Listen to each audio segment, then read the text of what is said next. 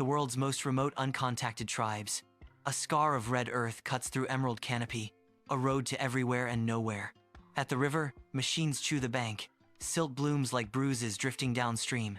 At a fork, a single truck hesitates where an ancestral path crosses the cut. At narrator reads the warning. One cold or flu can erase a people. Dust, fuel, and silt drift outward. The pressure radiates from roads to rivers. An emerald island floats within a ring of white surf and razor-bright coral. No deep draft boat can cross that moat. Geography draws a hard line. Outside the boundary, a patrol vessel drifts with the engine cut, keeping distance. At narrator sets the rule. Approach within 5 kilometers is illegal for good reason. Reef, surf, and we'll make a fortress. Law and ocean hold the perimeter. From cities to wild frontiers, distance measures more than miles. Highways knot and churn. Humanity hums at industrial volume. The camera leaves pavement, drifting into breathing green. Within the canopy, even our signals thin and finally fade. Beyond nation-states, some choose silence over contact to survive. Remote can mean moving overnight when strangers appear. Autonomy is the through line. We honor distance as a choice. Archival stills and satellite tiles sketch the edges of their world. Encroachment grows louder, the hum at the forest's edge. From above, a footpath breathes and vanishes under leaves. At ground level, signs are delicate. Bent twigs, light imprints. A hidden camera waits, respectful, still, and distant. Then motion underbrush quivers, presence folds into forest.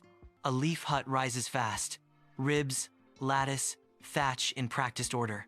Hours later, a neat camp breathes, ash cooled, nothing wasted. Footprints arc away, decisions traced into soft earth. Old camps green over, the forest reclaiming in weeks. Tools speak, bows flex, fibers twist, decisions sit in circles. A tapir trail reads like a book. The forest offers margins. Food gathered travels light. Fruits, nuts, roots by a hearth. A circle is implied. Footprints and tool marks remember choices. Within a vast ring, smoke drifts upward as daily life quietly unfolds. A simmering pot thickens near curing racks and carefully arranged arrows. Story vessels crowd the floor. Gourds of manioc beer circle a gathering space. Sacred powders rest ready. Ritual tools arranged with careful intention. Paths at the threshold point outward, tying the home ring to forest hunts. At the forest margin, small mounds and plantain clusters weave into shade. Rain beads on darkened earth, seeds pressed into ash-black furrows. Weeks later, green returns. Saplings knit over footprints and stubble. Footprints fade. The forest rethreads its living fabric around the margin. In a dim room, maps and graphs reveal converging threats with cold clarity. She traces losses the size of countries, each pixel another vanished grove. Headlines flare and fade. A spike chart links dredges to malaria surges. On the table, sealed vials stand as stark reminders of invisible invasions. She concludes, roads, germs, and policy align into one advancing front. A river bruised by silt and oil slides past gouged banks and torn roots. In an eddy, a dead fish turns slowly, belly pale against stained water. Upstream, a peeling poster hangs beside rice sacks and cheap bottles. Intentions and outcomes diverge. The costs linger long after visits end.